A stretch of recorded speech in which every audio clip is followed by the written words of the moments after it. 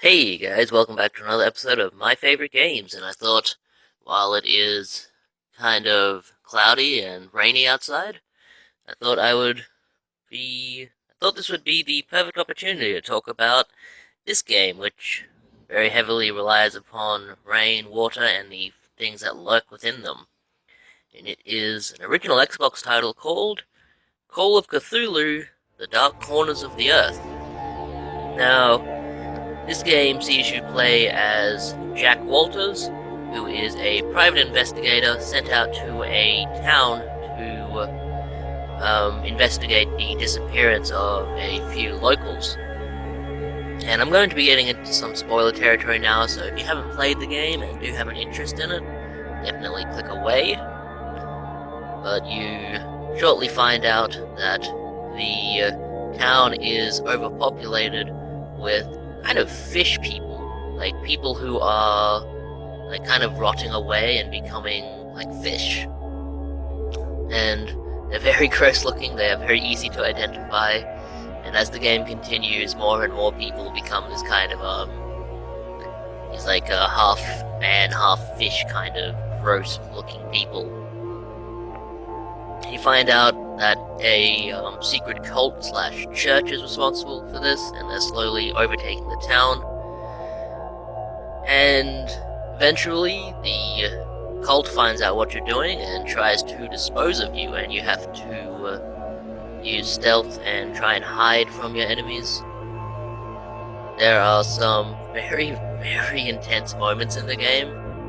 Probably one of the most intense moments I've ever had playing a video game was when you find out that the cult is trying to kill you, and they attack you in your hotel room, and you have to escape by like running over rooftops and things. It's very cool because you have this feeling of like, before that there wasn't a whole lot of action, but when it comes to that moment, you get this sense of like the entire town is out to get you, and there's like nowhere to hide. And it's very good. From there, you kind of discover a few more things, you try and take out some leaders, and you find out that the cult is, their base of operations is on this, I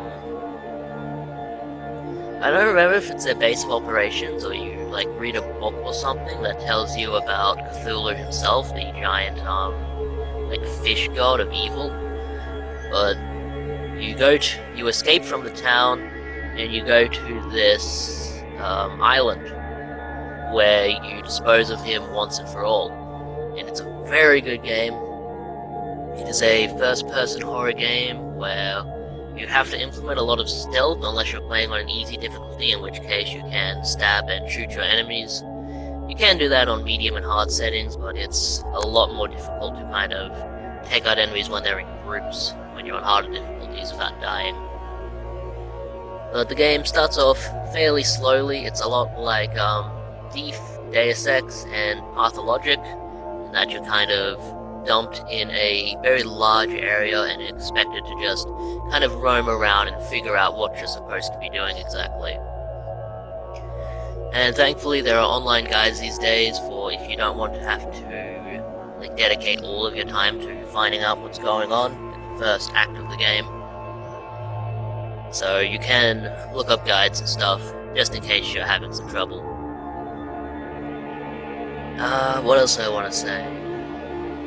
The entire game is very much like a Deus Ex or Pathologic. If you've played them, or played a game in the Thief series, you will definitely want to give this one a try as well.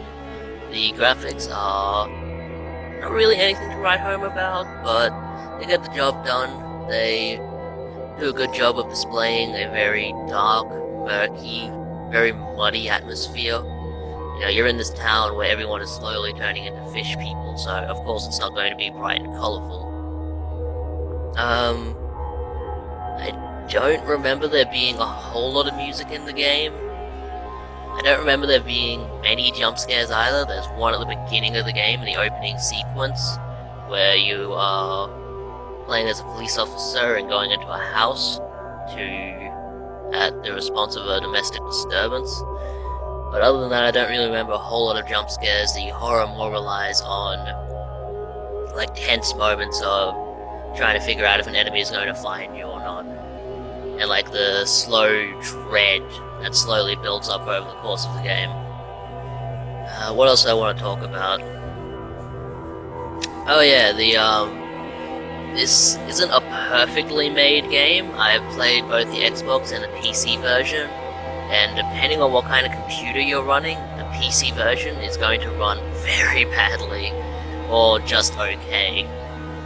I experienced a actual game-breaking bug in that there was a section while I was on a boat going to the island where enemies from on shore will fire at your boat, and you have to fire back at them in order to destroy their like turrets and stuff. However, the turrets and the enemies never spawned. They never spawned, yet I was still getting hit with projectiles, so I would look out onto the beach and not actually see anything. So obviously I can't see something that I can't hit, and I was forced to download a save state of mine that was just a few minutes beyond that section, and I completed the game from there. But other than that, very good game. Definitely worth checking out if you are a fan of horror games and mystery and adventure. This is of course based on the classic novel, and it follows a story not to a T, but it follows it pretty well. To show you the back here, tells you a lot you need to know. Oh yeah, you have a sanity system that slowly goes down. Like if an enemy sees you, your sanity will go down, and your character will like freeze sometimes and have like a panic attack. So yeah, that's something too. The AI system is pretty good. Enemies are really, really tricky to get around because they have a very wide field of vision.